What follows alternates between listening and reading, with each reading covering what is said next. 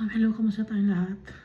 I praise my Father, the Holy Righteous One, the Creator of heaven and earth. He is the Alpha and Omega, the beginning and the end. He is amazing. He is good. He is awesome. Unchangeable, immovable, unshakable Father. Our Father, He is our strength. And He is also our treasure. And our Father considers us His inheritance. I worship also my Jesus Christ, the Emmanuel, the Lamb of God, the bread of life, the man clothed in linen with the inkhorn.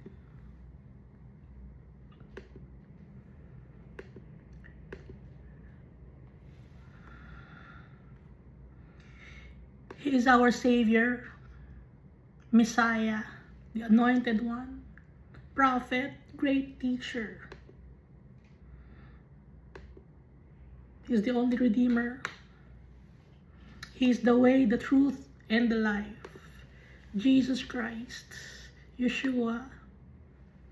He wants us to reign with Him in His kingdom that will never end. He gave His life on the cross for the forgiveness of our iniquities,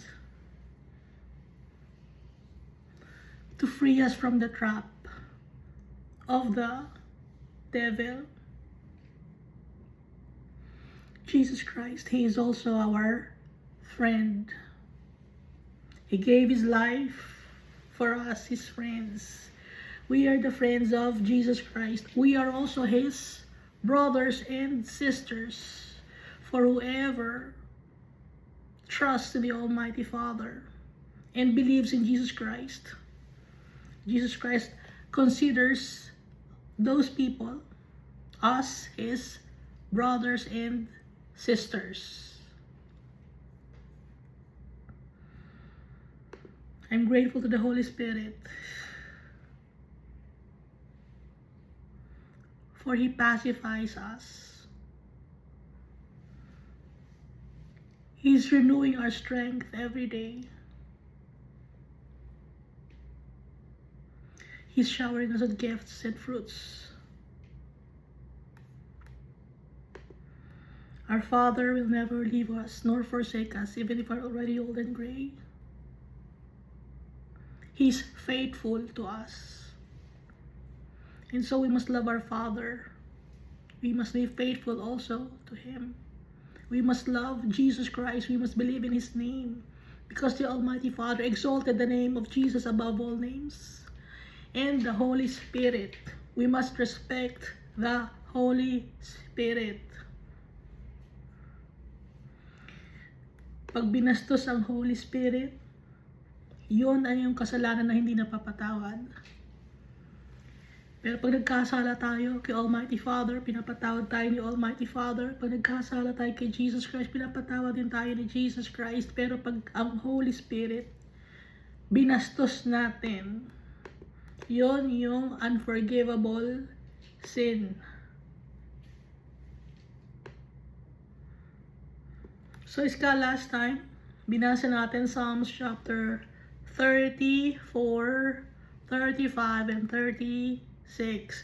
3 chapters, 2 hours, including the recap of the previous 5 chapters before Psalms chapter 34.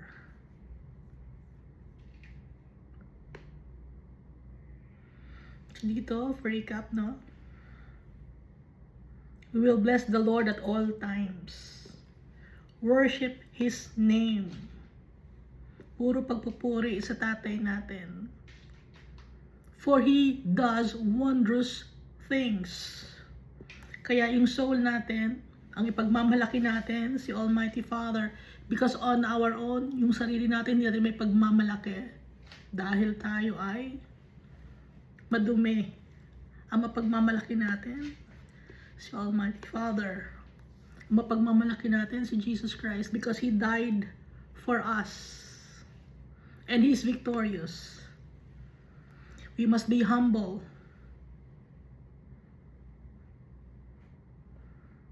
And be glad. Always. Magnify the name of the Almighty Father and exalt His name on high. Yun ay kung ano ang lumalabas sa bibig natin. Ibig sabihin yun ang nasa puso natin. Kaya dito, pinupuri ni David, si Almighty Father, kasi ito ang nasa heart niya. So tayo din dapat. So kung makikita natin dito sa Bible, lahat ng tao nagkasala. Lahat ng tao may pagkukulang.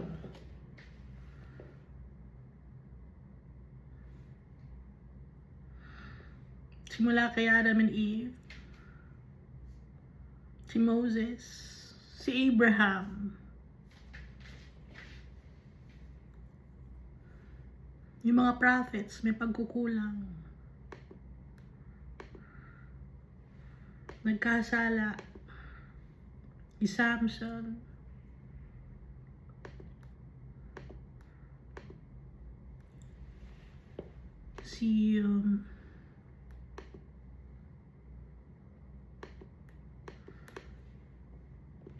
si Jeremiah,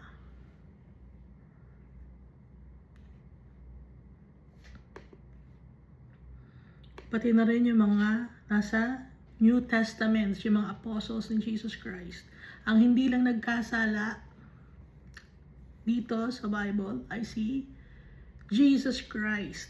So, sa pinanganak dito sa mundo, ang hindi nagkasala si Jesus Christ. Wala nang iba pa. Si Jesus Christ lang. No other name but Jesus. Kaya yun ang dahilan kung bakit the Almighty Father exalted the name of Jesus above all names. Kaya ngayon, siya ay He's seated at the right hand of the Almighty Father.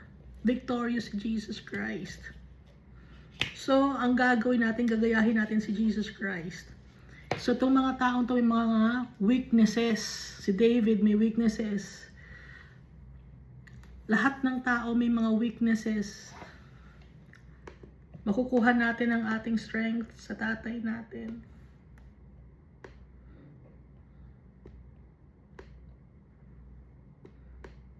Lahat tayo may pagkukulang.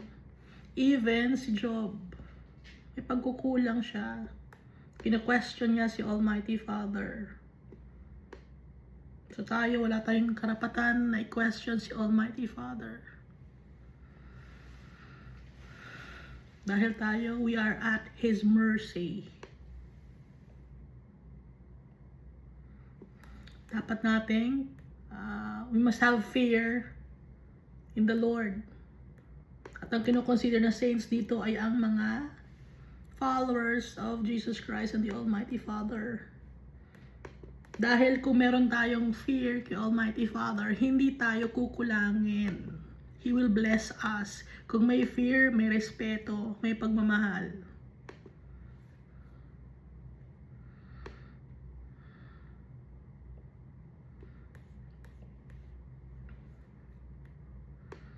Yun ang promise sa atin ni Almighty Father. Siya ang mag-sustain sa atin. Kaya hindi tayo dapat matakot.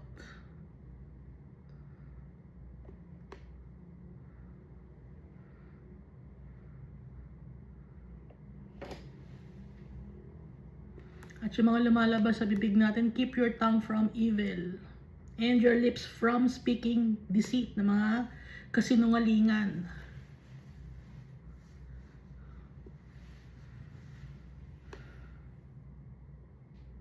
Depart from evil and do good. Seek peace and pursue it. Yung peace ang hanapin natin. Sino ang Prince of Peace? Jesus Christ. Laging nakabantay si Almighty Father sa atin. Yung ears niya laging nakikinig sa ating mga cries for help.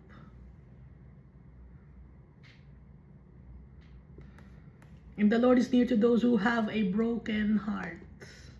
Pag broken-hearted ka, broken ang spirit mo,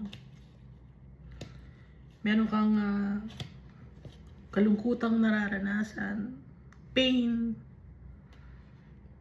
ilalapit natin lahat yon kay Almighty Father. Dahil malapit siya sa mga tao na broken-hearted, yung mga nasaktan or sinaktan. At yung may mga contrite spirit. Pag sinasabing contrite spirit, yung humingi ng kapatawaran.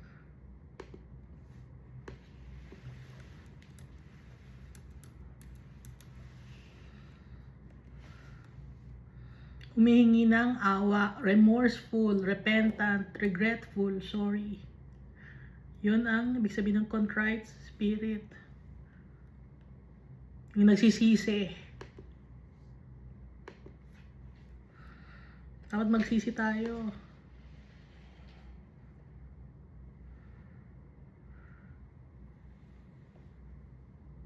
At yung mga nagagalit sa mga righteous people or yung gumagawa ng righteousness or goodness in the eyes of the Almighty Father, hindi sila mako-condemned. Pero yung gumagawa ng evil, yung wickedness, they will be condemned.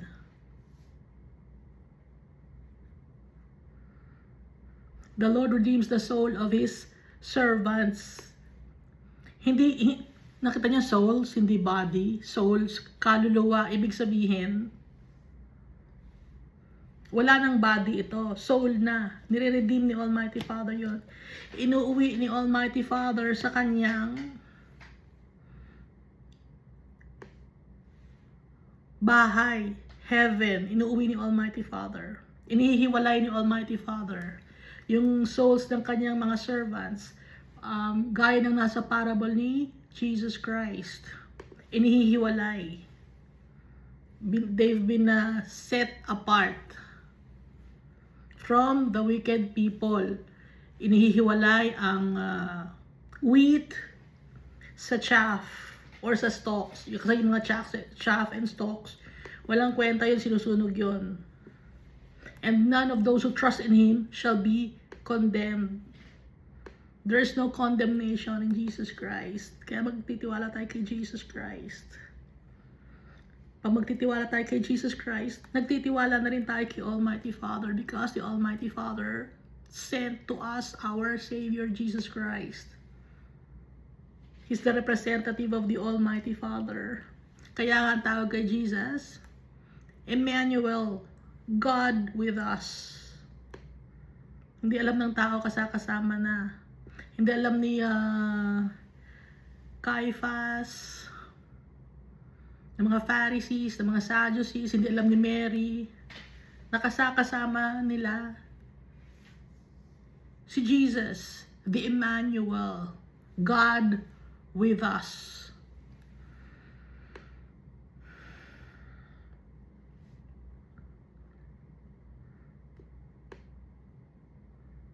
At si Almighty Father, He will avenge His people. Kaya hindi tayo dapat maghigante sa kapwa-tao, because the Almighty Father is the one protecting us, and He will comfort us, and His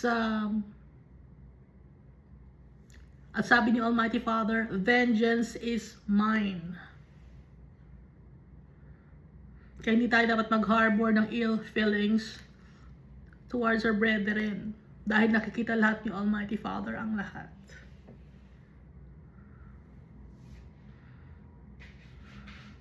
Ang salvation natin, si Almighty Father. At kaya tayo nandito sa mundo, bakit? Nandito tayo sa mundo to be tried and tested.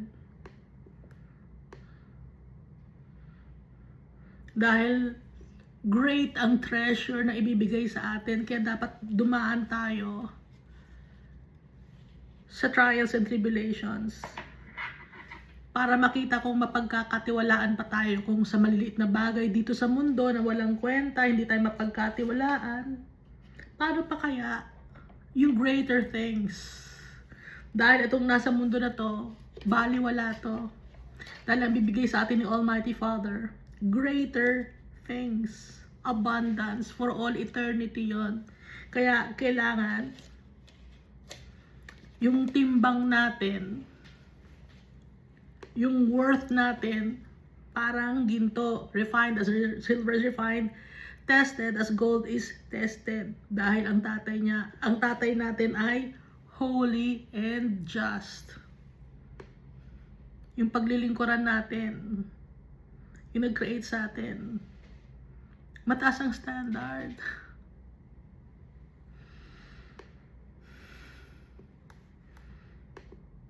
Kaya nga pinadala niya si Jesus Christ para tumaas ang standard natin. Dalang bahay na ibibigay sa atin ni Almighty Father, napakaganda. Parang crystal.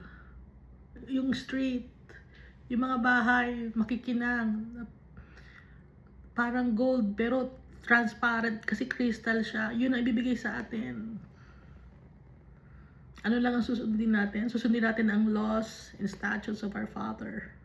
Yun ang gagawin natin. Pero nahihirapan tayo, di ba? Kasi ang kalaban natin, sarili natin. Kalaban natin yung pride natin. Kalaban natin yung mga nakikita natin dito sa mundo. Kaya nahihirapan tayo. Pero, we have the words of our Father, the Bible. Pinapaalala niya sa atin. At kahit naman na yung mga hindi nagbabasa ng Bible, pag may mga problema sila, no, pag nagkakwento sila ng kanilang mga problema, alam naman nila yung kanilang gagawin eh. Alam naman natin yung gagawin natin. Ang problema nga lang, hindi natin sinusunod yung dapat natin gawin. Naliligaw tayo. Nagkakamali tayo ng desisyon. Pero alam natin kung ano ang gagawin natin. Kaya hindi natin ma-justify kay Almighty Father. Dahil alam mo, di ba, ang gagawin mo? Tatanong tayo ni Almighty Father or the Jesus. Alam mo naman yung gagawin mo, di ba? Opo, alam ko po yung gagawin ko. Dapat ganito. Pero bakit hindi mo ginawa? Eh kasi kaya hindi ko ginawa. Walang reason. Hindi tayo makakapag-reason out. Parang nasa husgado tayo. Hindi tayo makakapag-reason out. Alam mo naman ang tama, di ba? Innate na sa tao na malaman yung tama. Tinuturo sa atin yon, yung moral values. Huwag makikipag-away, huwag mananakit ng kapwa-tao. Tinuturo naman sa atin yun ng bata tayo, di ba? Tinuturo ba sa inyo? Hindi.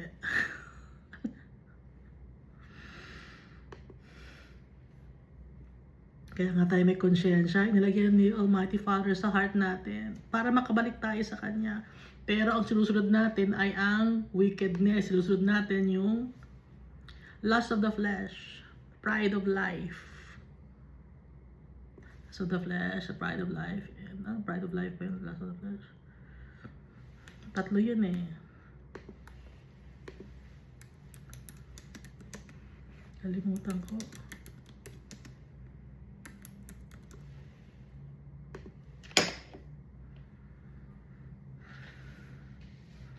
Lust of the flesh, lust of the eyes, and the pride of life. Ano pa yung lust of the flesh? Yung mga pagkain, yan. Gusto natin kain tayo dami.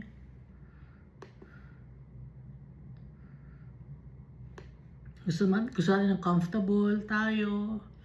Kaya kung ano-ano ang ginagawa natin para magkaroon ng madaming pera, binibenta ang sarili, binibenta ang dignidad.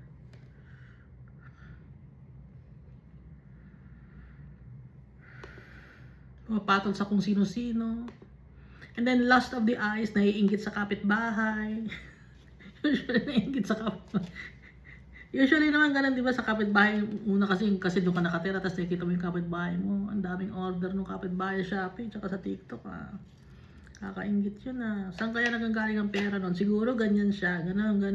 O doon na nag-umpisa yung paninirang puri. And the pride of life. 1 John chapter 2 verse 16 is not of the Father but is of the world. For all that is in the world, the lust of the flesh, the lust of the eyes, and the pride of life is not of the Father but is of the world. Yung pride of life, no? Gusto mo lagi kang angat sa iba. Laging ikaw ang pinakabida. Sa'yo lahat yung accolades, gusto mo sa'yo lahat yung attention ng mga tao. Gusto mo hinahangaan ka, gusto mo marami kang likes or heart na nakukuha. Yon ang pride of life. Validation ng mga tao. Yung lust of the eyes naman, lahat naman nakikita mo na kung anong meron ng kapwa-tao mo. Gusto mo, ikaw rin, ganun. Yung lust of the flesh naman, yung hinahanap ng katawan mo, pagkain, mga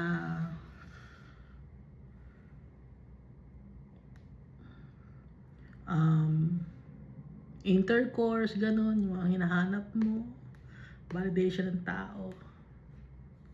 Dito umiikot yung kasalanan ng tao. Lust of the flesh, lust of the eyes, and the pride of life. Hindi to galing kay Almighty Father, ito ay of the world. Paano tayo makakalapit sa tatay natin? We must deny ourselves, take up our cross, and follow Jesus. Para tayo ay maging joyful. My soul shall be joyful in the Lord, and it shall rejoice in His salvation. At para makuha natin ang ating inheritance, yung bigay sa atin ng tatay natin, nakahanda na. Doon umiikot yung plano ni Almighty Father. Balibalik ta rin man natin kung ano ang nasa Bible. Doon umiikot yung mga example dito ni Almighty Father. Doon umiikot para tayo makauwi sa tatay natin. Dahil sa kanya tayo galing. Kailangan nating makauwi. Dahil pag hindi nakauwi, saan napunta? Sa impyerno. At hindi masaya si Almighty Father pag may mga souls na napupunta sa impyerno dahil nababawasan ng kanyang treasure. Tayo ang treasure niya. Ibig sabihin ng treasure, mahal na mahal niya tayo. Tayo ang kinikonsider niyang importante. Kaya nga He created this world for us. At sa atin umiikot ang sun and moon and stars. Yun ang description sa Bible. Ang Bible ang pagtitiwalaan ko. Consistent ang Bible. Whereas yung studies ng mga scientists, inconsistent. Ang dami sila mga nadidiscover, tapos ika-cancel na naman nila yun. Ay, mali-mali pala tayo. Hindi pala yun. O, napapahamak. Pero, andito naman lahat sa Bible, ang sagot, ayaw ng tao maniwala because galit sila kay Almighty Father. They don't want to acknowledge the Creator of heaven and earth.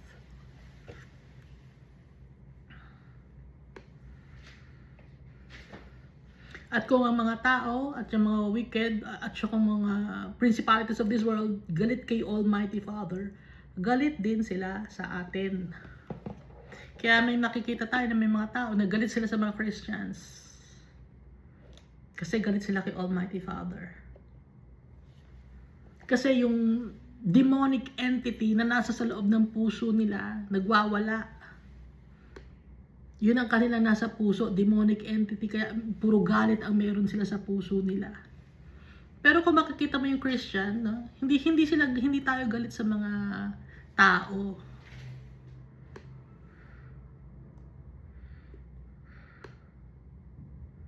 Yun ang pagkakaiba. Meron tayong fruits of the Holy Spirit, love, joy, peace, forbearance, kindness, gentleness, goodness, faithfulness, and self-control. May mga ungodly, they mock people at feasts. They gnash at me with their teeth. So yung nangyayari kay David, nangyayari rin sa atin. Yung nangyayari kay David, kahit king siya, nangyari sa kanya to. He was rejected. Sa atin din nangyayari ito. Kaya yung nangyayari ay paulit-ulit lang. Iba-iba lang ang mga tao. Iba-iba lang yung mga tao na naka-experience. Kaya wag natin sabing, dami kong problema, ako lang sa akin lang yata binunto ng problema ng buong mundo. Lahat tayo. last week lang 3 tao nagkwento sa akin. Nakikinig lang ako. Kasi alam pag nagkwento sila, alam nilang sinasabi nila, alam nila yung gagawin nila eh. So hindi na ako nagsasabi, ay alam naman pala nila eh.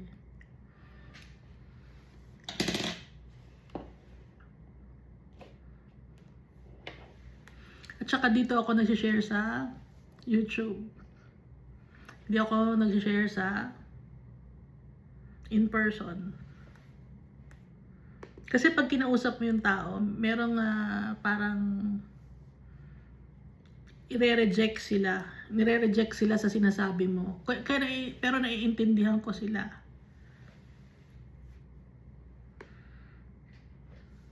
Naiintindihan ko. Hindi pa nila kaya. Gaya ng mga nanonood dito, mga isang tao lang, hindi kaya. Hindi kaya. Hindi masundan. Kasi ang feeling, labat kalat-kalat yung napunta sa science, napunta sa paggawa ng mundo, napunta sa mga gamot, napunta kay Almighty Father, napunta kay Jesus. Baka nagtataka kayo. Kasi nga, lahat ng bagay na nandito sa mundo galing kay Almighty Father, connected. Kahit na yung pag-extinct ng mga animals, o bakit napunta sa pag-extinct ng animals, ngayon ang sinasabi nitong si Iska, connected kasi sa atin, connected kay Almighty Father, kasi lahat galing kay Almighty Father.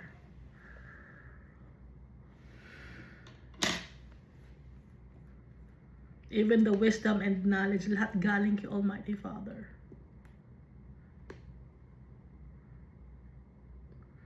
Kaya, mag-pray tayo lagi kay Almighty Father. Do not be far from me. Huwag mo kong layuan, Almighty Father. Nagmamakaawa ako. Dito si David, nagmamakaawa siya. Tayo rin nagmamakaawa rin tayo. Lord, huwag mo kaming iiwan. Huwag mo kami pababayaan.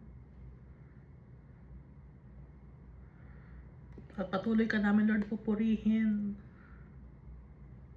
Ang tao wicked. Pero si Almighty Father, He's perfect.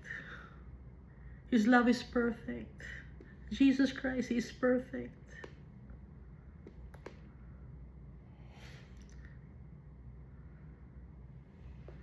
Yung sakit kasi ng society natin, malayo kasi ang mga tao kay Almighty Father. Iba ang kanilang natututunan galing sa mga false teachers, false prophets, false beliefs, and false traditions. Kaya ang gulo ng mundo natin. Kung puro sana truth ang sasabihin ng tao, ng mga teachers, kung puro sana totoo ang itinuturo, wala sana tayong problema na ganito sa mundo. Hindi sana nagagalit si Almighty Father sa atin. Pero tayo, naniniwala tayo sa kasinungalingan ng mundo na to. So, dito na tayo, Iska. Psalms chapter 37 and 38.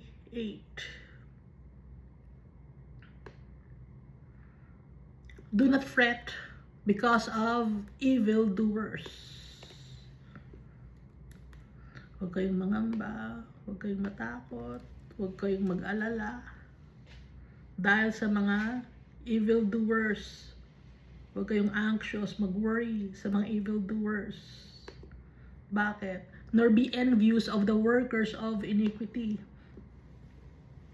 So, huwag maiinggit, no? Dahil may mga tao na bakit yung tao na yon wicked siya. Masama ang ginagawa niya. Nang aabuso siya ng tao, pero yumayaman siya. Bakit ganon? Ang sagot ni Almighty Father, do not fret because of evildoers, nor be envious of the workers of iniquity. Gumagawa ng iniquity. For they shall soon be cut down like grass. Darating ang panahon para silang damo na puputulin, and wither as the green herb. Matutuyo sila. Kaya huwag natin kainggitan, no? Alam naman natin pag yung grass pinutol na, Anong ginagawa sa grass na pinutol? Itinatanim pa ba yun? Iniingatan pa ba yung grass pag pinutol na? Pag yung grass pinutol na, sinusunog na yon. And wither as the green herb, trust in the Lord and do good. Gumawa ng righteousness. Kahit maraming evildoers sa paligid mo, tayo, diretso lang sa pagsunod kay Jesus Christ, kay Almighty Father. Magtiwala tayo sa tatay natin, kahit na yumaman pa. Yung mga evildoers, yung mga naaabuso ng nagmamanipulate ng tao, yung gustong makaisa, ano ba tawag doon? Manlamang, no? Yung gustong manlamang ng kapwa-tao, hayaan natin sila. Example, nalamangan ka ng tao, na-scam ka, nagsinungaling sa'yo, hayaan natin, dahil ang magbabalik sa atin ng blessings si Almighty Father. Hindi tayo pababayaan. He will avenge us. Dati ang time that our Father will avenge us. Kaya hindi tayo dapat gumanti. Hindi tayo dapat mainggit. Uy, ang laki ng bahay niya, nakakainggit yun. Ang yaman niya kasi. Ano ang ginagawa niya? Galing ba yun sa kanyang benefactor? Huwag kayong maiinggit, huwag tayong maiinggit. Dahil lahat ng ginagawa natin, mabuti man o masama, merong kaakibat na reward yun or kaparusahan. Trust in the Lord and do good, dwell in the land and feed on His faithfulness. Mabuhay tayo dito sa mundo dahil binigyan tayo ni Almighty Father ng dominion dito sa mundo. And feed on His faithfulness. Yun ang ating pagkain, yung faithfulness ni Almighty Father. Ibig sabihin nun, lagi natin iisipin yung tatay natin, faithful si Almighty Father. Hindi niya tayo pababayaan. Yung lola ko, laging sinasabi, huwag kayo mag-alala, may awa ang Diyos. Yun yung kinalakihan ko, yun ang lagi niyang sinasabi. May awa ang Diyos, anak. May awa ang Diyos, apo. The Lord is full of mercy and grace. He's faithful to us. Hindi siya nagbabago. Tayo ang nagbabago. Pero ang tatay natin hindi nagbabago. Yung kanyang greatness, awesomeness, is still the same. Like Jesus Christ, Jesus is the same yesterday, today, and for all eternity. Hindi magbabago. Verse 4, delight yourself also in the Lord, and He shall give you the desires of your heart. Ang una muna natin gagawin ay dapat maging masaya. Si Almighty Father, mapasaya natin siya. Nang sa ganon, ibigay niya yung desires ng heart natin. Hindi natin uunahin yung sarili natin. Ang umpisa, di ba, delight yourself in the Lord. Ano ang resulta if we delight ourselves in the Lord? He shall give you the desires of your heart. Kung ano ang desire ng heart natin, ibibigay ni Almighty Father. Magtiwala tayo sa Kanya because He is faithful to us. Verse 5, commit your way to the Lord, trust also in Him, and He shall bring it to pass. Lilipas. Commit your way to the Lord. Lord, committed ako sa iyo, Lord God. Ito ang mga works mo. Faithful ako sa iyo, Almighty Father. At nagtitiwala ako sa iyo, Almighty Father, na lahat ng mga trials and tribulations ay lilipas din. Dahil ikaw ang kalakasan ko. I'm committing my way to you, O Lord. I-relinquish ko yung way ko sa iyo, Almighty Father. I-entrust ko, Almighty Father, sa iyo lahat.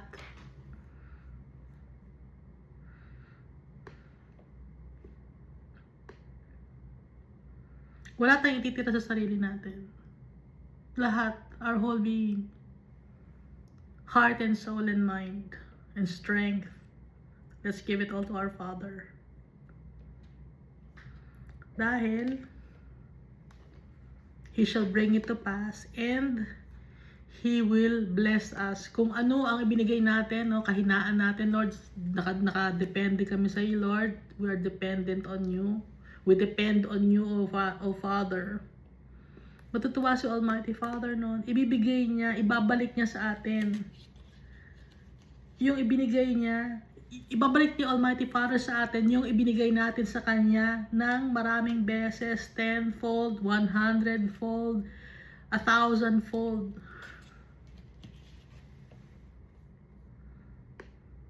He shall bring forth your righteousness as the light, and your justice as the noonday. Maliwanag na maliwanag. Noonday. Pag noonday, di ba, matarik ang araw. Yung justice, makukuha mo ang justice ng maliwanag, hindi malabo. Yung justice natin dito sa mundo, malabo. Aabutin ng years. Pero kay Almighty Father, mabilis lang ang justice. And He shall bring forth your righteousness as the light. Verse 7, rest in the Lord and wait patiently for Him.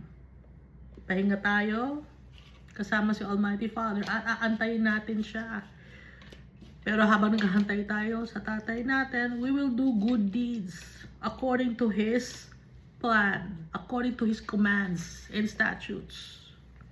Do not fret because of him who prospers in his way. Huwag tayong maiinggit or magwo-worry kung may mga tao na nagiging prosperous sila sa wicked ways nila. Because of the man who brings wickedness schemes to pass. Lilipas yung wicked schemes ng mga wicked people. Mga politicians na nanloloko ng mga tao, mga businessman na nanloloko ng mga tao na nang-aapi. Sa ngayon, sila yung naghahari. Pero darating ang oras, it will come to pass. The brings wicked schemes to pass. Lilipas yon. Pero tayo, na faithful kay Almighty Father, He will bless us for all eternity. Verse 8, cease from anger and forsake wrath. Bakit kailangan nating itigil yung anger natin? Na isa sa mga emotions natin. Kasi, pag yung anger, inilagay mo sa puso mo, kasi sometimes yung nabibigla ka, nagagalit ka. Pero kung inilagay mo sa puso mo, nag-harbor ka na ng ill feelings or hatred, yun na yung masakit. Yun na yung magkakaroon ka ng nagtatanim ka ng sama ng loob. Nakikita ni Almighty Father yun, that's wickedness. And so we must forsake wrath. Kasi pag may wickedness ka, pag may hatred ka, ano ang resulta nun? Gaganti ka. Hindi tayo dapat gumante. Kaya pag may anger tayo, itigil na natin, no? Hanggang dun lang. Hanggang dyan lang yan, ha? Cease from anger. Do not fret. Huwag kayo mag-worry. It only causes harm. Kasi tayo na tao, meron tayong problema sa sarili natin. We have trouble controlling ourselves. Yung emotions natin, hindi natin nakakontrol. But if we have the Holy Spirit in us, isa sa mga fruits of the Holy Spirit, self-control. Gaya ni Jesus Christ, may self-control siya. Nagalit man siya nung nagkaroon ng ginawang business, yung nasa labas ng temple, pero hanggang dun lang, na-stop na yon. Pinakita lang niya na dapat respetuhin si Almighty Father.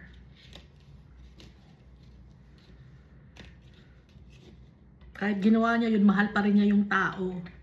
Pero first and foremost, gusto niya ipakita sa mga tao na dapat irespeto si Almighty Father. For evildoers shall be cut off. Mga wicked people, they will be cut off or destroyed. But those who wait on the Lord, they shall inherit the earth. So, sino mag-inherit ng mundo na to? Those who wait in the Lord.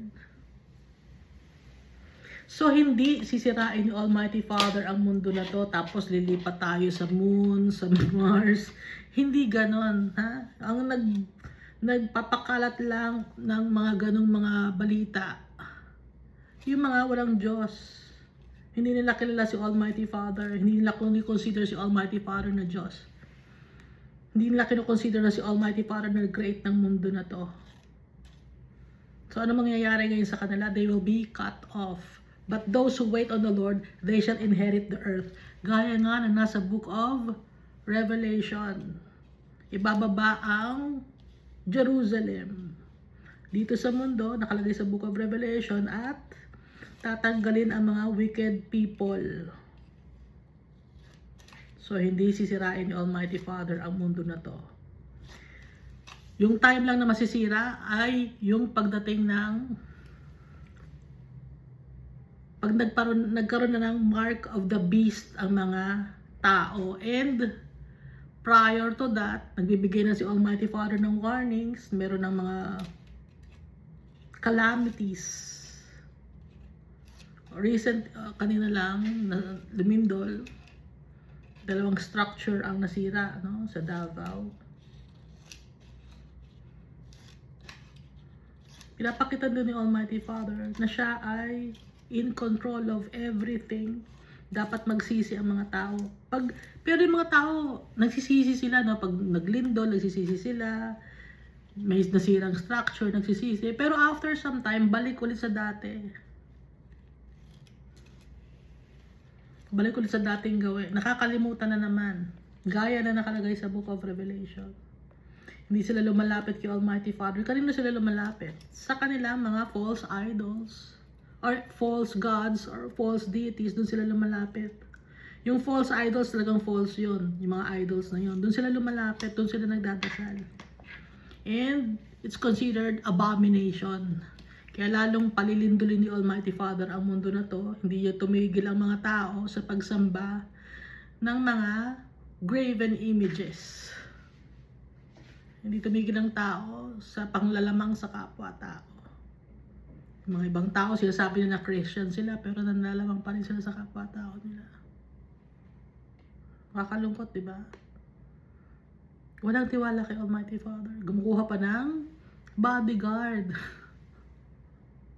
Hindi, merong threat sa life niya. Kailangan ng bodyguard.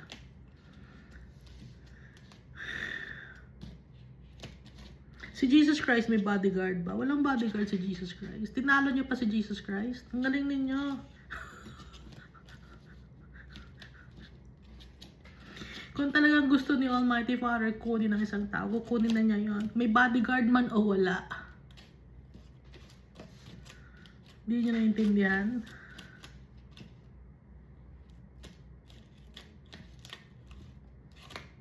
Dahil takot kayo. Takot kayo mamatay. Kaya ganun, kahit Christian kayo, takot kayo mamatay. So, wala kayong tiwala kay Almighty Father.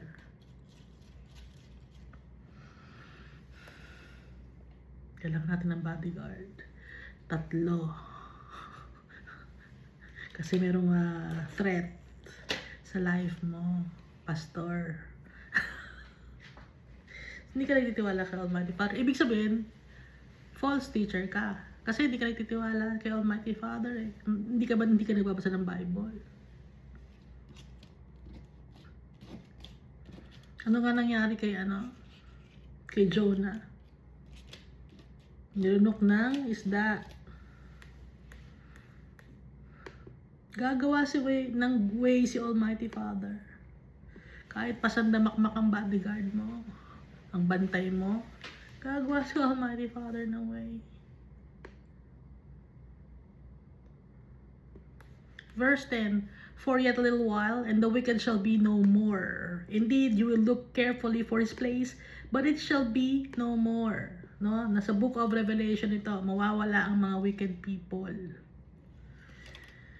Yung tumanggap ng mark of the beast.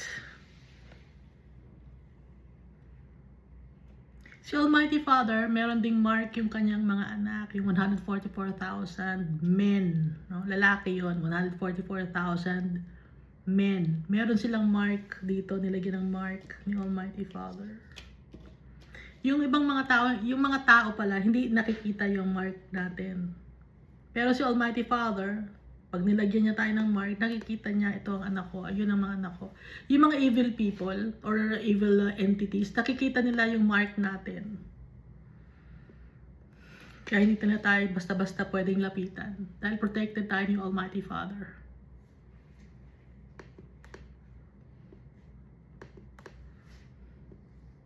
May sulat tayo, may nakasulat sa mukha natin. Hindi maintindihan ng letters. Ibang letters ang ginamit. At sulat gamit yung ginto, kulay gold ang nakasulat sa face natin. Na words, kulay ginto siya, pero hindi natin makita. Pero si Almighty Father nakikita niya, minarkahan niya tayo. Na tayo ay kanyang mga anak. Na hindi tayo pwedeng saktan ng kahit sino.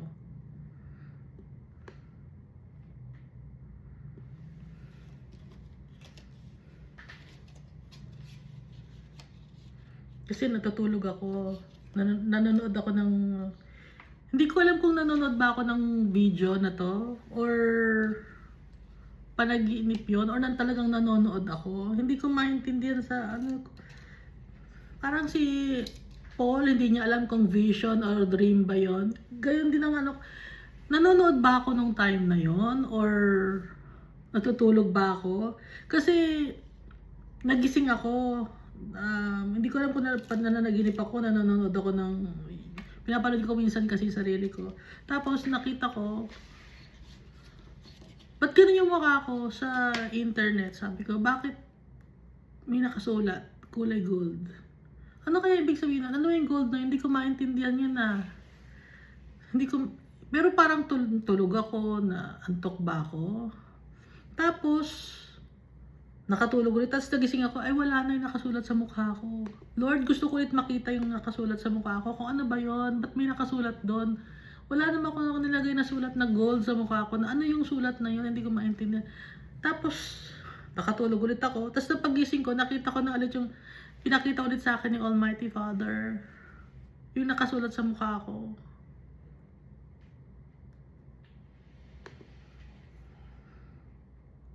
So lahat tayo may nakasulat sa atin.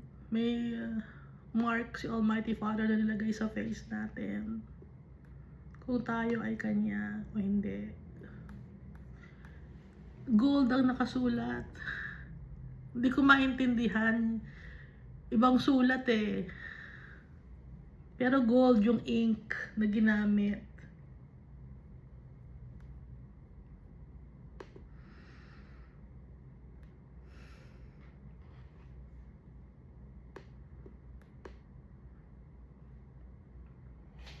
For a little while, the wicked shall be no more. So, huwag kayo magpapalagay ng mark of the beast. Dahil pag nagpalagay na kayo ng mark of the beast, wala nang urungan yon, okay? Kaya nabanggit natin ang Book of Revelation. Kasi dito nga sa verse 10, yung mga wicked people tatanggalin dito sa mundo at ang maghahari ngayon or mag-inherit nitong mundo ay ang mga children of the Almighty Father. Ibababa ni Almighty Father ang heaven dito sa mundo. Tatanggalin na yung dagat na sa Book of Revelation. Nabasa naman natin, di ba? So yung mark of the beast, ang ano nun, ang clue na binigay sa atin ni Almighty Father, pangalan ng tao. Maraming nag-iisip kung anong pangalan ng tao yon. Yung may couple, no, ang sabi nila, merong isang place na ang pangalan ng place na yon, sa mga country yon. 666 yung number. Gusto raw bilhin yon kasi number doon ng bahay na yon or building na yon, 666. Hindi yon. Inililigaw tayo ni Satan.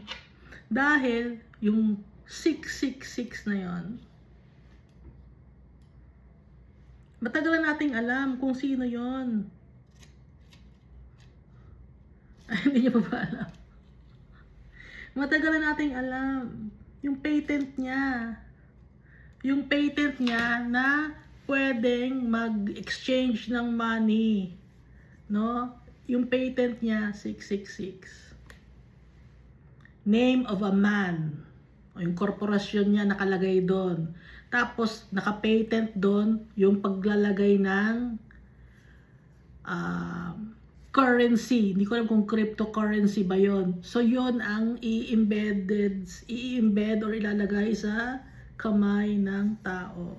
But, currently, meron ng ganon na pangyayari. Meron ng mga tao, meron silang yung credit card nila, hindi na sila kailangan magdala pa ng credit card, ilalagay na lang yung kamay nila. So, meron na sila. And, yung mga anak, may tracking device na rin sila. Yung anak ng mga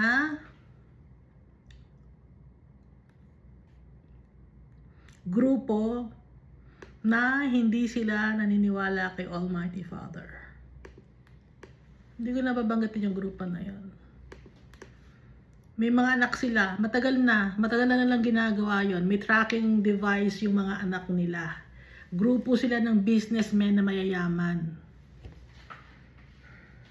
So ngayon, yung mga bata na yun, lumaki na ngayon, hindi natin alam kung anong age na nila, pero meron silang tracking device sa katawan nila. I-check nyo, andito eh, ayun o, hindi ko nakikita pa. I-check nyo, meron. Bata pa lang sila, nilagyan na sila ng tracking device. Na yung device na yon, meron yung konektado yon dun sa gumagawa ng yung businessman na may business na computer. Konektado yon.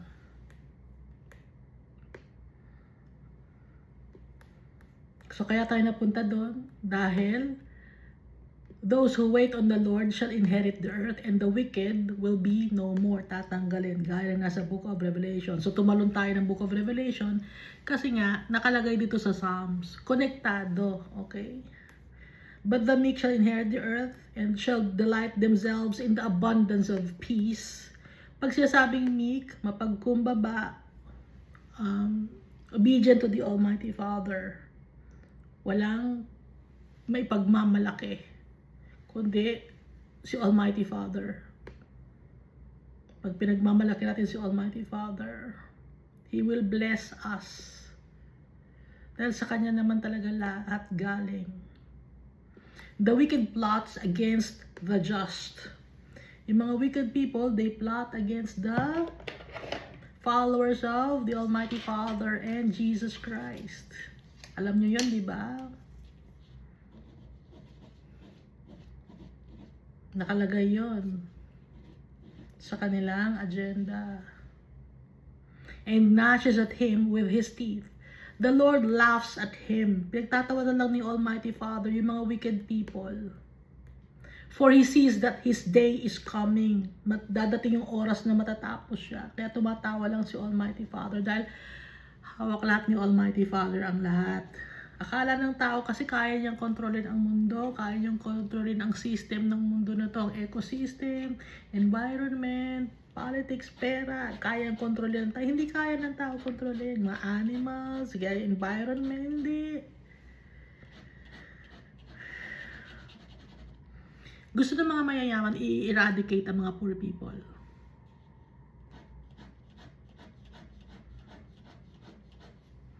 Lately, ang dami nagkakasakit ng malala.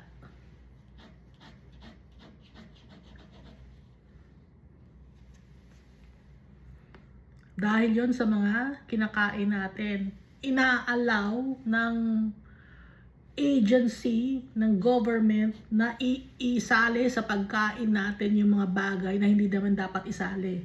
Anong sabi ni Almighty Father? Huwag ipag-mix ang wool and linen. Wool is the byproduct of the animals, yung sheep, and linen byproduct siya ng plants. Ano ang ginagawa ng tao? Pinagmahalo. Yung mga bagay na hindi dapat paghaluin, pinaghalo. Ngayon, ano nangyayari sa atin? Nagkakasakit tayo. At ang lahat ng sakit natin galing sa kadumihan. Kadumihan ng kinakain natin. So yung sa Book of Exodus, Leviticus, Numbers, Deuteronomy, binanggitan ni Almighty Father yung mga maduduming pagkain. Pero diretso pa rin tayo sa pagkain, di ba?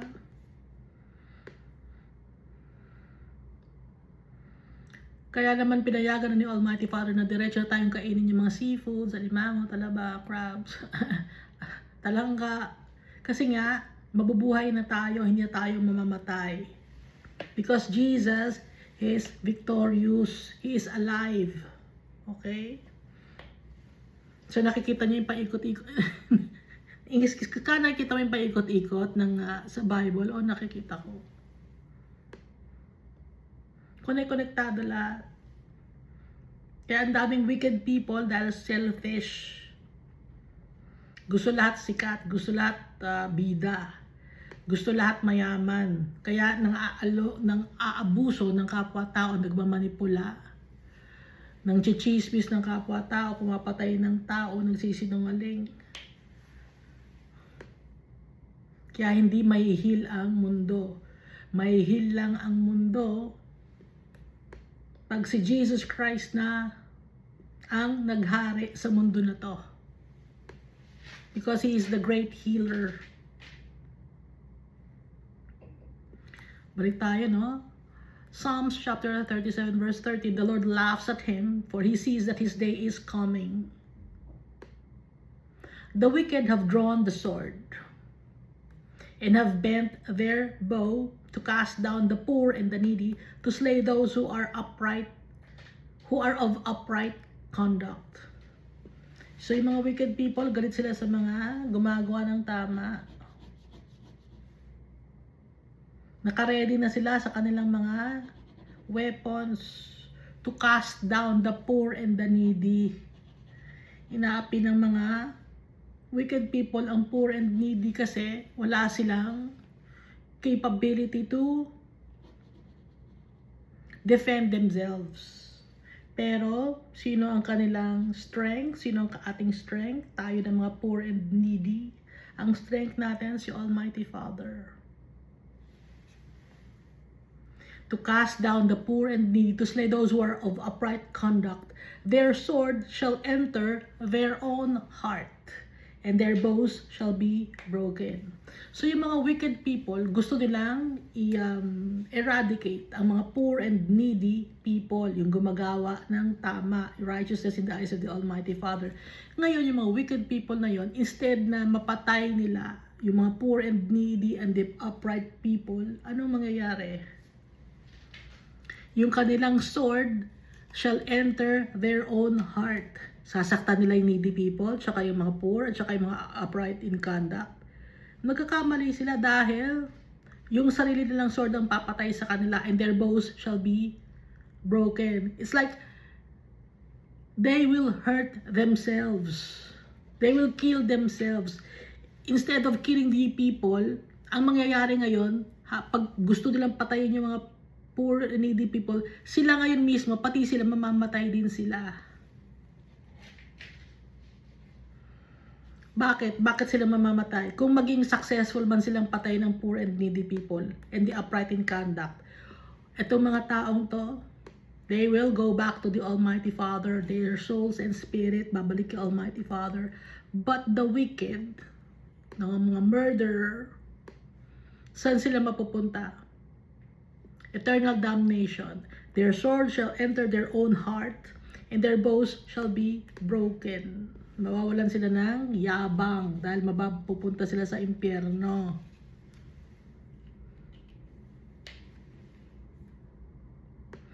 Verse 16, a little that a righteous man has is better than the riches of many wicked. Hindi man tayo mayaman, meron tayo little things lang, no? Pero kung tayo ay we do righteousness, we seek our Father, it's better kumpara sa mga tao na mayayaman pero wicked naman. Kaya nga it's easier for a camel to pass through an eye of a needle than to enter the kingdom of God. Ito rin yun, ibig sabihin nun, konektado, di ba? That's in Book of Matthew ba yun? For the arms of the wicked shall be broken, but the Lord upholds the righteous. Pag sinasabing wicked, alam na natin ang kanilang mga kasalanan. Murder, liars, those who worship graven images, false deities, the perverted people, yung gusto ng lalaki sa lalaki, babae sa babae. Alam naman ng mga alphabet gender na mali yung ginagawa nila. Pero ang ginagawa nila, they justify themselves. Niloloko nila ang sarili nila. Alam naman nila yung totoo eh. Gusto lang ng paikot-ikutin. Pero kahit na paikot-ikutin nila ang mga salita, palitan nila yung kanilang mga pronouns, lumalabas pa rin ang truth.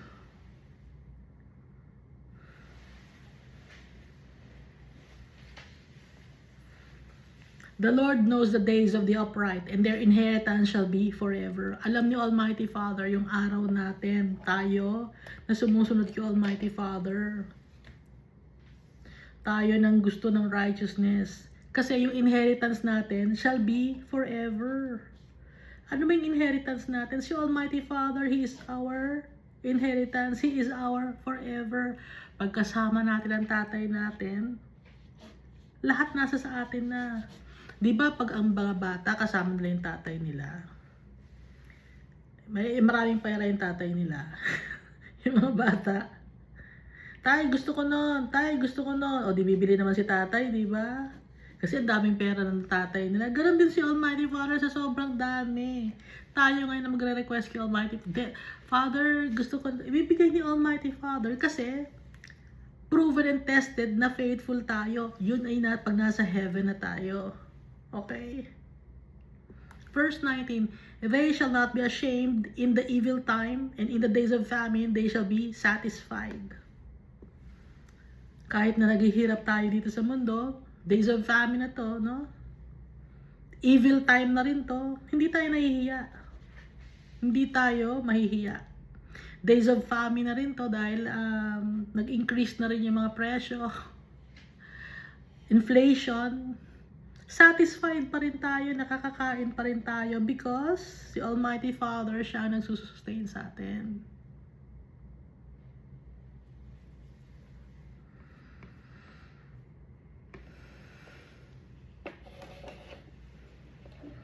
At kung gutom man tayo, Lord, gutom ako, Lord, hindi ako kumakain pa, sasabihin natin, si Almighty Father magbibigay ng blessing sa atin. At kung hindi man tayo makakain, namatay sa gutom, kukunin naman tayo ng tatay natin, yun ang way ni Almighty Father para makauwi tayo sa Kanya. Pero walang tao na nagtitiwala kay Almighty Father ang pinabayaan niya. Wala. Faithful si Almighty Father sa atin.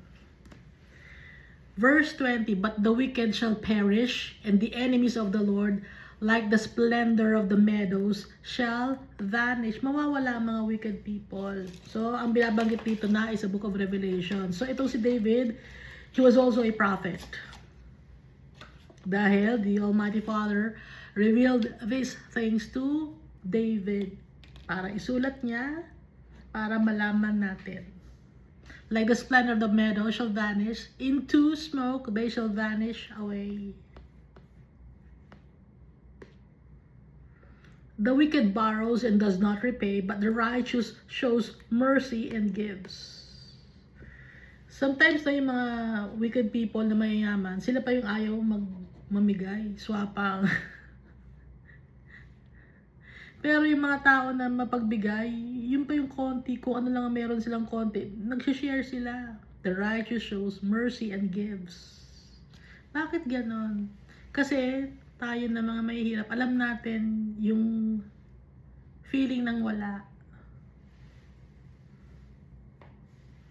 At gusto nating makatulong sa brethren natin dahil yun ang turo sa atin ng tatay natin, to love our neighbor as we love ourselves. For those blessed by Him shall inherit the earth. Alam natin kasi na meron tayong inheritance. Kaya sinishare natin kung anong meron tayo, dahil meron tayong inheritance galing kay Almighty Father.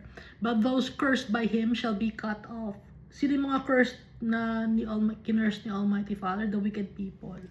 They will be destroyed. Dahil walang value. Yung mga righteous people, yung mga chosen by the Almighty Father, may value sila dahil they have faith in the Almighty Father and in Jesus Christ. Yung mga walang value sa eternal damnation, basurahan yun. Sunugan. Di ba yung mga basura na walang kwenta, sinusunog na lang? Kasi walang value. Ngayon, yung inheritance ni Almighty Father na kinukonsider niyang treasure, yung mga nagtitiwala sa Kanya, naintindihan natin, naintindihan ko yung sarili ko. For those blessed by Him shall inherit the earth, but those cursed by Him shall be destroyed or cut off. The steps of a good man are ordered by the Lord, and He delights in His way. Natutuwa si Almighty Father. Pag tayo ay lumalakad sa mga ipinag-uutos or susunod tayo sa mga ipinag-uutos ni Almighty Father, natutuwa siya. Established by the Almighty Father. Ordered by the Lord. Yung the steps of a good man are ordered by the Lord or established by the Lord. And He delights in His way. Natutuwa si Almighty Father. Masaya si Almighty Father.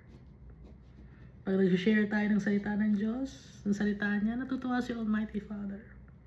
Hindi tayo worthy to read His words, but binigyan niya tayo ng wisdom and knowledge and understanding to share to the people His goodness, His loving kindness. Verse 24, though he fall, he shall not be utterly cast down, for the Lord upholds him with His hand. So tayo, no? Kahit na gumagawa tayo ng righteousness, sometimes we fall. Nagkakasala tayo, nagkakaroon tayo ng pagkukulong sa tatay natin, pero hindi tayo mawawala kay Almighty Father. He shall not be utterly cast down. Why? It's because the Lord upholds him in His hand. Hawak-hawak tayo ni Almighty Father. Papatawarin niya tayo. Iniingatan niya tayo. Gaya ni David, no? Nagkasala si David. He fell. He shall not be utterly cast down. Hindi siya inilayo ni Almighty Father. Hindi siya palayo kay Almighty Father. Bakit? For the Lord upholds him with His hand. Maawain si Almighty Father. Mapagmahal. Nakikita niya yung tao. Nakikita niya yung heart natin. Alam ni Almighty Father na magkakasala tayo. Gaya nung time ni Solomon. Anong sabi ni Almighty Father? Na si Solomon, magkakasala siya, pero papatawarin ko siya. Sabi ni Almighty Father. Kakasala si Solomon, pero papatawarin ko siya. Dahil meron siyang promise kay David. Dahil nga, nabasa natin dito, no, si David, puro pagpupuri kay Almighty Father. Kaya mahal na mahal yung Almighty Father si David. Walang katulad si David. Walang katulad si David. Si Moses, wala rin katulad. Si Abraham, wala rin katulad. Ba't ganun? Ang galing ng Almighty Father mamili ng tao. Walang katulad.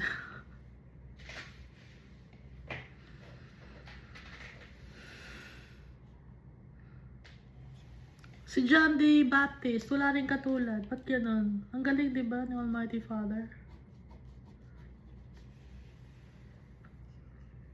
Si Daniel. Wala rin katulad si Daniel. Jeremiah, Isaiah. Ang galing ni Almighty Father pumili ng tao. Si Elijah. Si Elisha.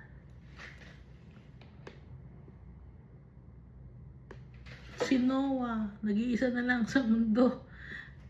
Buti na lang kasama niya. Inalaw ni Almighty Father. Kasama niya yung kanyang 3 anak. Kanyang asawa at mga daughters-in-law. Sino ba naman yung tao na matanda ka na tapos may nagsalita sa'yo na magkakaroon ng great flood? Sinong maniniwala nun? Sinong gagawa nun? Nagtiwala si Noah kay Almighty Father. Ang galing ni Almighty Father, di ba? Pinagtitiwalaan niya tayo. Kasi yun ang ugali ng tatay natin. Kasi faithful siya. Kaya gusto niya faithful din tayo sa kanya. Trustworthy si Almighty Father. Kaya gusto ni Almighty Father, trustworthy din tayo. Dahil He created us in His image and likeness. Gusto niya pare-pareho tayo. At para talagang maging pare-pareho tayo, pinadala niya si Jesus Christ. Nakaisa niya. Kasing tapang niya, si Jesus Christ. Nagpapatawad ng kasalanan ng tao. Verse 25. I have been young and now am old. Naging bata ako. So lahat ng mga tao, naging once in our lives, bata tayo. Ako rin, bata rin ako dati. And now am old, matanda na. Yet I have not seen the righteous forsaken, sabi ni David. Yung mga gumagawa ng righteousness, yung sumusunod kay Almighty Father, never pinabayaan ni Almighty Father. Wala siyang pinabayaan ng mga tao na nagtitiwala sa Kanya. Meron ba na pinabayaan si Almighty Father? Na tao na nagtitiwala sa Kanya? Wala. Wala pa akong nakikita. Nor his descendants begging bread. Hindi man mayaman na mayaman, pero nakakakain. Verse 26. He is ever merciful and lends. Full of mercy si Almighty Father and lends. And His descendants are blessed.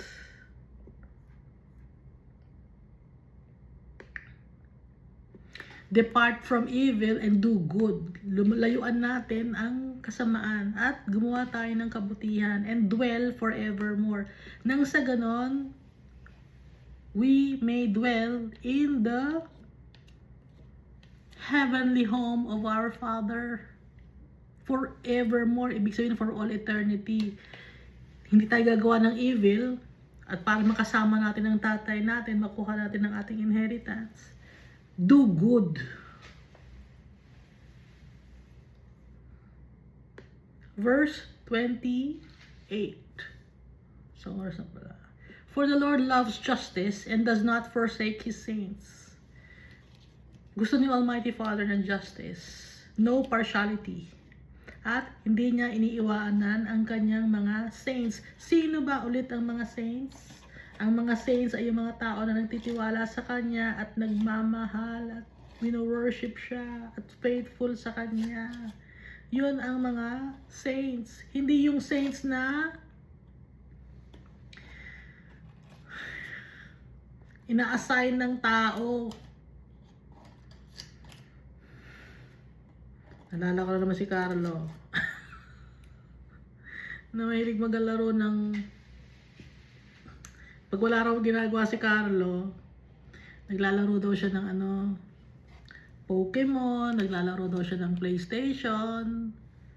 Ganun ba ang gusto nyong sambahin? Ganun ba ang gusto nyong gayahin ng mga tao? Ang naglalaro sa computer? Ganun ba? Napakababaw naman ninyo. Hindi ganun ang standard.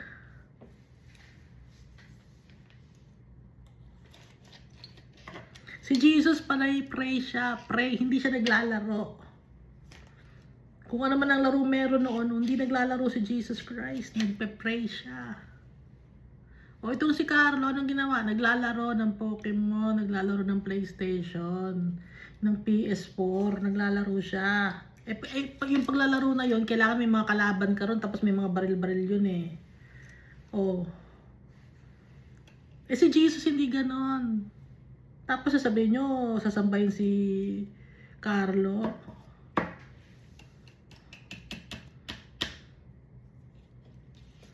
At ang nagpe-pray si Carlo, lagi, kay Mary. Hindi siya nagpe-pray kay Jesus. Si Mary ang lagi niyang kausap. Ewan ko kung nakakausap niya si Mary, hindi man makakausap si Mary. Hindi naman Diyos si Mary eh. Si Jesus, He's the son of Mary. Pero si Mary, she's not the mother of God. She's the mother of Jesus dito sa mundo. Pero pagdating na sa heaven, hindi siya mother ng God. Kagaya natin, example ha. May mga magulang tayo dito sa mundo. Pero pagdating sa heaven, hindi na natin magulang na naging magulang natin dito sa mundo. Ginawa lang silang instrument para tayo ay maipanganak dito sa mundo na to. Naiintindihan ba? May nakakaintindi ba sa akin? Lahat tayo magkakapatid. Pantay-pantay. Flames of fire.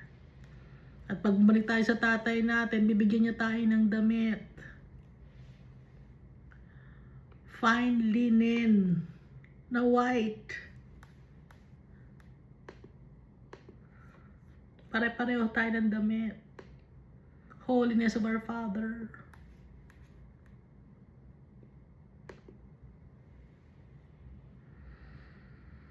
For the Lord loves justice and does not forsake His saints. So, sino ang mga saints? Yung mga nagtitiwala sa Kanya, yung mga nagmamahal sa Kanya, yung kilala siya, yung hinanap siya. Ang hinanap ni Carlos, si Mary, yun ang hinahanap niya eh. At saka si Leo, doon siya nag-aano kay Leo at saka kay Mary.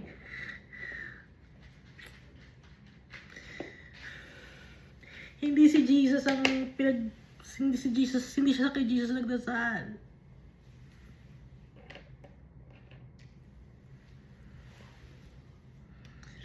Tapos inilagay pa sa eskaparate yung katawan ni Carlo. Nakasuot ng jacket na Adidas ba yun? Hindi ganun ang suot ng mga nasa heaven. Hindi naka-Adidas. Nakakalit ako.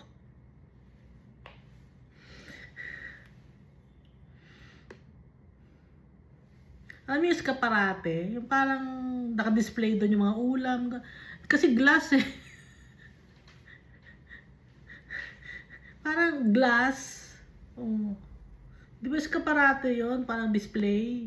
Ano yun? Display? Para nakagawa ro ng isang miracle. Bakit?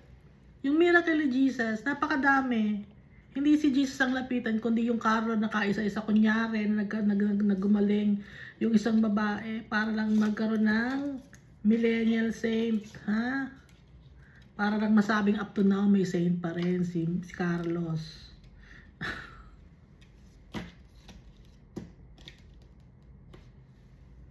Na naglalaro ng Pokemon at saka ng PS3, PS4 ba yun, at PlayStation. Yun ang pinagkakabisihan niya.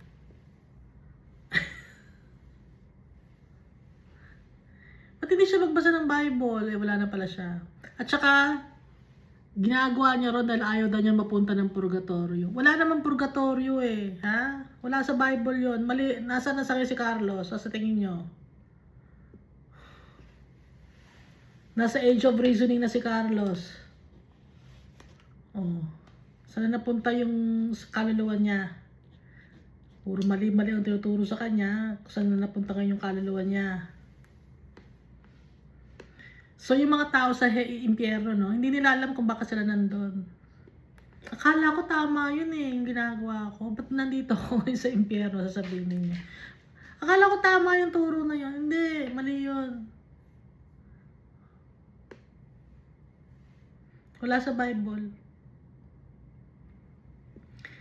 For the Lord that loves justice and does not forsake his saints, they are preserved forever, but the descendants of the wicked shall be cut off.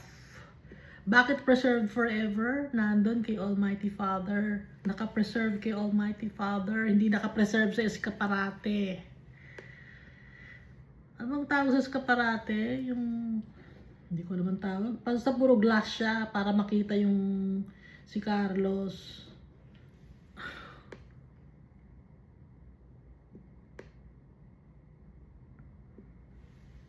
Verse 29, the righteous shall inherit the land and dwell in it forever. Asan nga ba dito sa Book of Revelation?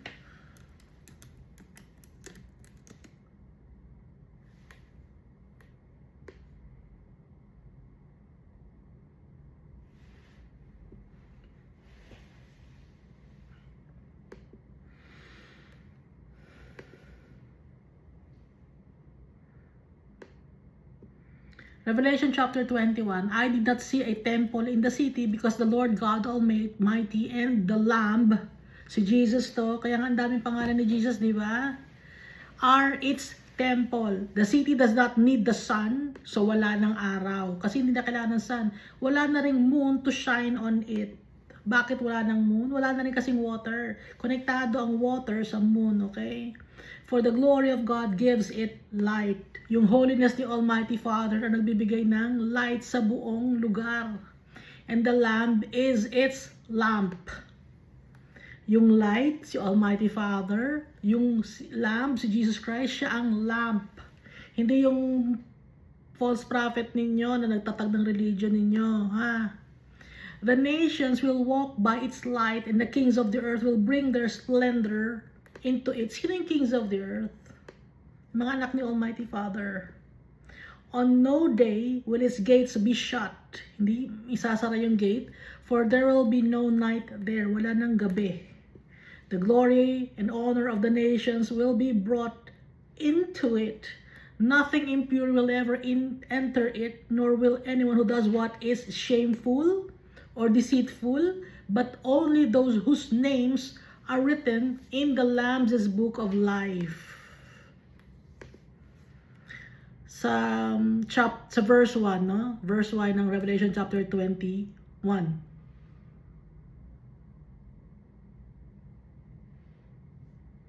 Then I saw a new heaven and a new earth, for the first heaven and the first earth had passed away, and there was no longer any sea. Wala nang sea, wala nang moon. Okay? I saw the holy city, the New Jerusalem, coming down out of heaven from God, prepared as a bride beautifully dressed for her husband. And I heard a loud voice from the throne saying, Look, God's dwelling place is now among the people, and he will dwell with them. They will be his people, and God himself will be with them and be their God. He will wipe away every tear from their eyes, and there will be no more death, or mourning, or crying, or pain, for the old order of things has passed away. He who was seated on the throne said, I am making everything new. Then he said, Write this down, for these words are trustworthy and true. He said to me, It is done. I am the Alpha and Omega, the beginning and the end. To the thirsty I will give water without cost from the spring of the water of life. Those who are victorious will inherit all this. Sino yung mga victorious? Yung mga tao na nakaranas ng trials and tribulations and are victorious. Bakit sila naging victorious? Because of Jesus Christ. They followed the path that Jesus took. Jesus is the way, the truth, and the life. And I will be their God, and they will be my children. So kung ang tatay natin, ang father natin ay God, tas tayo ang kanyang children, meron tayong inheritance.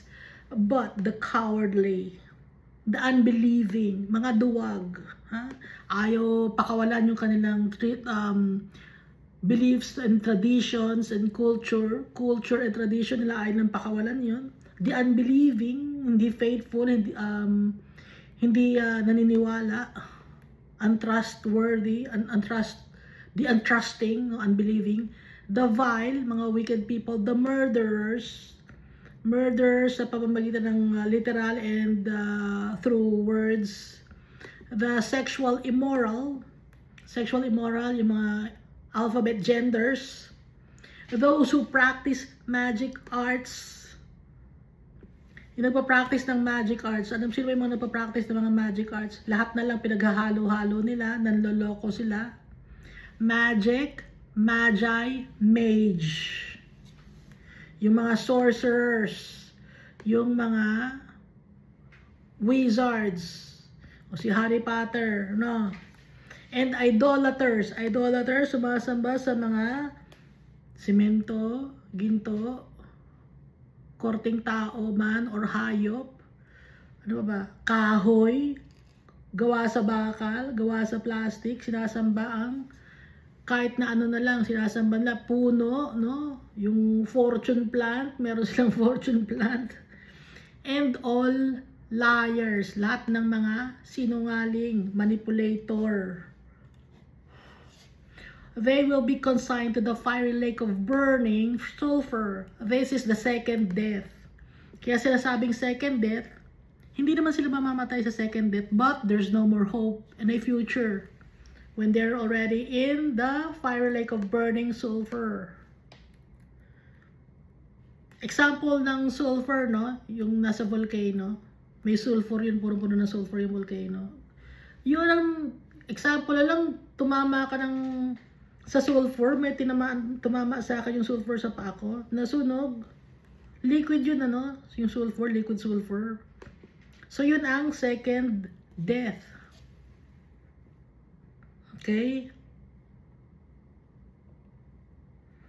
So may bahay, may city tayo. Tayong mga nagtitiwala kay Jesus Christ at kay Almighty Father. Yung mga wicked people, hindi sila pwedeng makapasok sa bahay ni Almighty Father. The righteous shall inherit the land, itong mundo. Kaya nga ibinaba yung heaven. And dwell in it forever. Kaya hindi magugunaw itong mundo na to. Sisirain lang ni Almighty Father, tatanggalin niya yung mga structure na ginawa ng tao na pangit. Dahil lahat naman ng structure na ginawa ng tao pangit. Oh, akala natin magaganda, o yung ganda ng pinagawa na bahay, pangit yan. Parang squatters area. Kung ano na lang pinagtagpi-tagpi. Ang tingin ni Almighty Father, ganon. Yung mga karatula, kasi nandito yung binta. Yung mga karatula, kung ano na lang, parang mga bandaritas, yun ang tingin ni Almighty Father, madumi, mabaho. The mouth of the righteous speaks wisdom, and his tongue talks of justice. Yung bibig ng isang tao na sumusunod kay Almighty Father, nagsasalita ng wisdom. Anong wisdom yon? Fear of the Lord is the beginning of wisdom and understanding. And his tongue talks of justice. Hindi siya nang lalamang. Hindi siya nang abuso. Hindi siya nang naninira ng tao. Wala siyang partiality. Pag mayaman, hindi ka dito, mayaman ka, dito kasama sa... Pag mahirap, hindi, layo ka sa amin, baho ka. Hindi ganon.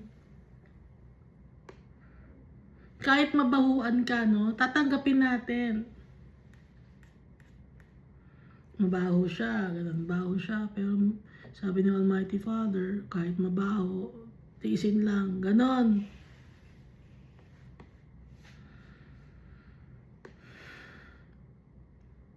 Verse 31, the law of his God is in his heart. Yung law ni Almighty Father nasa heart natin. Nasa mind natin at ginagawa natin, sinusunod natin. None of his steps shall slide. Pag ginagawa natin lahat ng gusto ni Almighty Father, hindi tayo maliligaw.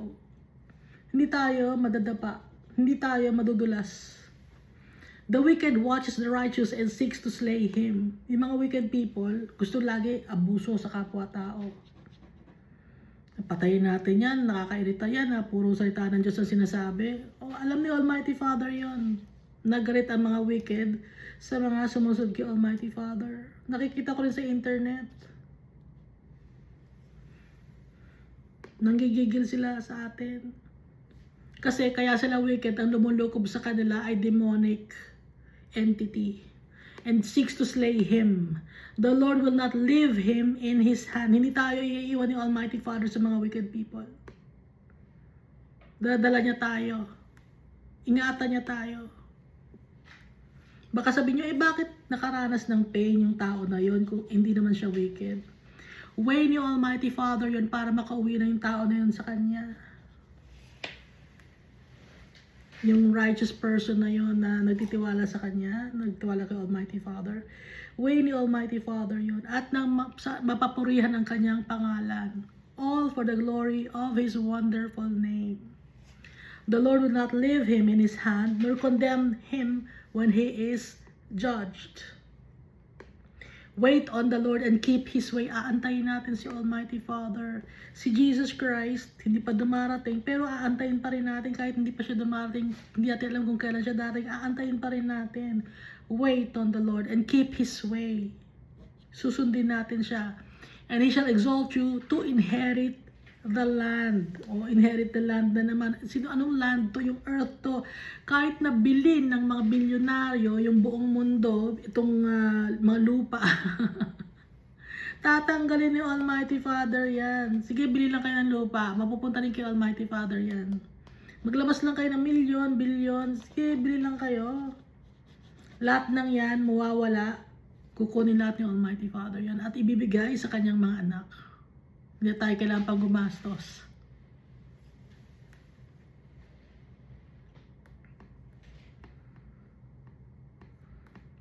I have seen the wicked in great power and spreading himself like a native green tree. Nakita na ni David ang isang tao na wicked. Pero may great power. Diba sa mundo na to, yung naghahari or nasa pinnacle ng marami siyang mga businesses, gano'n. Pinapalago niya ang kanyang negosyo, pinapalago niya ang kanyang lupain. Anong mangyayari sa kanya? Yet he passed away and behold, he was no more. Example, hindi ko babanggitin yan. Ang yaman-yaman niya. Ang dami niyang biniling properties. Ang dami niyang businesses. Ano nangyari sa kanya? Yet he passed away and behold, he was no more. Asa na siya ngayon? Nasa eternal damnation na. Ipon ng kayamanan dito sa mundo pero walang mangyayari. Dahil kukunin lahat ni Almighty Father, babawiin niya lahat. Yet he passed away and behold, he was no more. Indeed, I sought him but he could not be found. Hindi na mahanap. Hindi na nag-exist. Mark the blameless man and observe the upright, for the future of that man is peace. Dahil kay Almighty Father and in Jesus Christ, we have peace. Kaya tayo merong mark or marka. Hindi natin kailangan pa magpatato. But the transgressors shall be destroyed together. Madami to transgressors. Sabay-sabay silang i-destroy or pupuksain. The future of the wicked shall be cut off.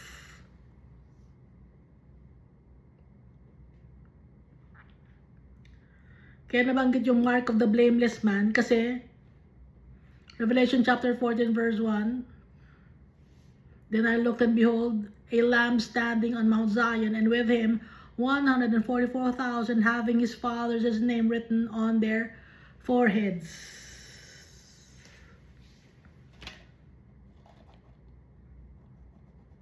Mga lalaki ito, hindi nag-asawa sila. Walang imposible, hindi imposible na magkaroon ng 144,000 na mga tao na hindi nag-asawa at naging faithful kay Almighty Father at kay Jesus Christ. Hindi to imposible. Nothing is impossible with God. Yung may mga tao no, na yung mga religious organization, kami 144,000. Eh bakit ka may anak kung 144,000 ka? Etong mga 144,000 na to, mga lalaki to na virgin. Ngayon kung may anak ka, hindi ka to. Huwag kang assuming. Walang mga anak to, virgin itong mga 144,000 men na to. Sinabi ko sa isang religion, kami yung 144,000. Eh paano pag lumagpas na kayo ng 144,000? O ano na mangyayari doon sa iba? Hindi nag-iisip.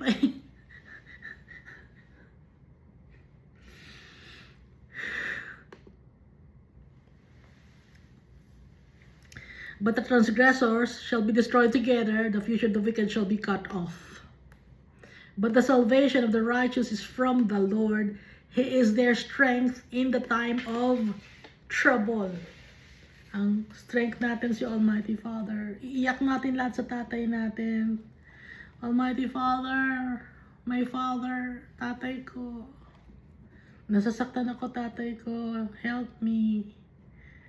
Sustain me, Almighty Father. You are my strength. You are my shield. Iiyak natin lahat sa tatay natin.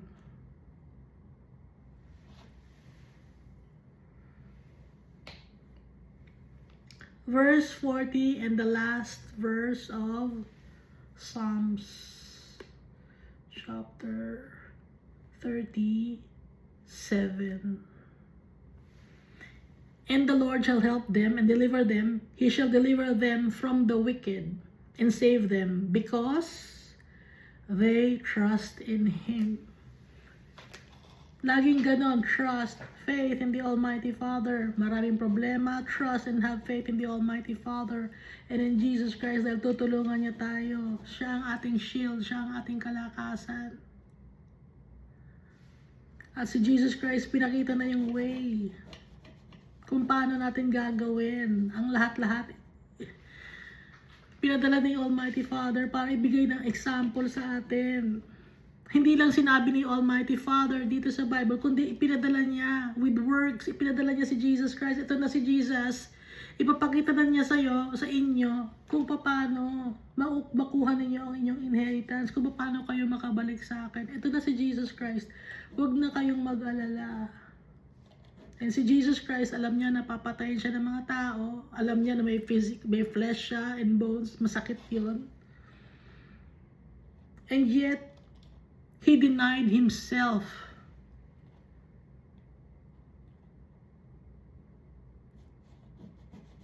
Took up His cross. And did what the Almighty Father wants Him to do.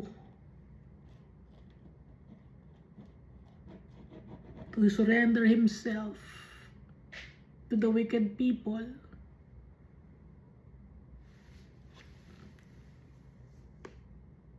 To show to us that we will be victorious also if we follow Jesus. At tama si Almighty Father. Victorious si Jesus Christ. Pagtitiwalaan natin yung tatay natin, He created this world just by His mere words alone. Wala tayong mapupuntahan. Ang tatay natin, ang siya lang mapupuntahan natin. Wala tayong magiging kakampi, yung tatay natin ang kakampi natin. Hindi na tayo bebetray. Tayo nang bebetray sa tatay natin, but our Father, hindi ganun ang ugali niya. Si Jesus Christ, hindi ganun ang ugali niya. Faithful and true is our Father and our Savior, Jesus, to us. Thank you, and God loves us all so much.